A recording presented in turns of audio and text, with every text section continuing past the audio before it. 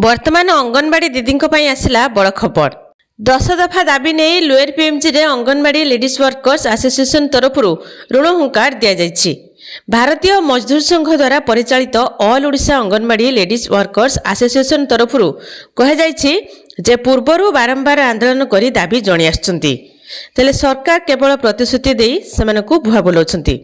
सरकार एथर दाबी न शुणवा पर्यंत आंदोलन हटबे नहीं बोली संघ पक्षरु चेतावनी दिया जाइछि।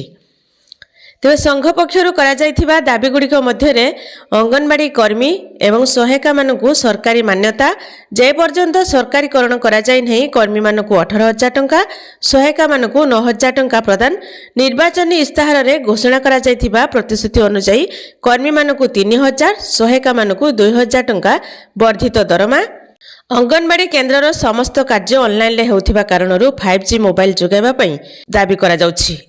10 दफा दाबी संघ पक्षरु करा जाइछि। तेबे एही भिख परे संघर राज्य सभानेत्री सुमित्रा महापात्र, भारतीय मजदूर संघर गणेश मिश्र, अंजलि पटेल, विमला लाक्रा, मंदाकिनी प्रधान, प्रतिभा मंजरी दत्त, कुंजलता दास को समेत बहु संख्यार अंगनवाड़ी कर्मी एवं सहायिका माने जोग दैछन्ति। आंदोलन पर एक प्रतिनिधि मंडली मुख्यमंत्री अभियोग शुणाणी प्रकोष्ठ में मुख्यमंत्री को भेटी दाबी जणाइछन्ति।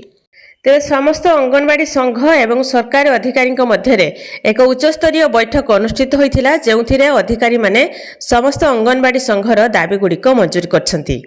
यह कहा जाउछि जे अंगनवाड़ी कर्मी मानकु बड़ उपहार मिलिबाकु जाउछि। अंगनवाड़ी कर्मी एवं सहायिका मानकर विभिन्न प्रसंग उपरे आलोचना करा जाइछि। तेबे मुख्यमंत्री मोहन माझी बहुत जल्दी अंगनवाड़ी कर्मी एवं सहायिका मानकर दाबी पूरण करिवे।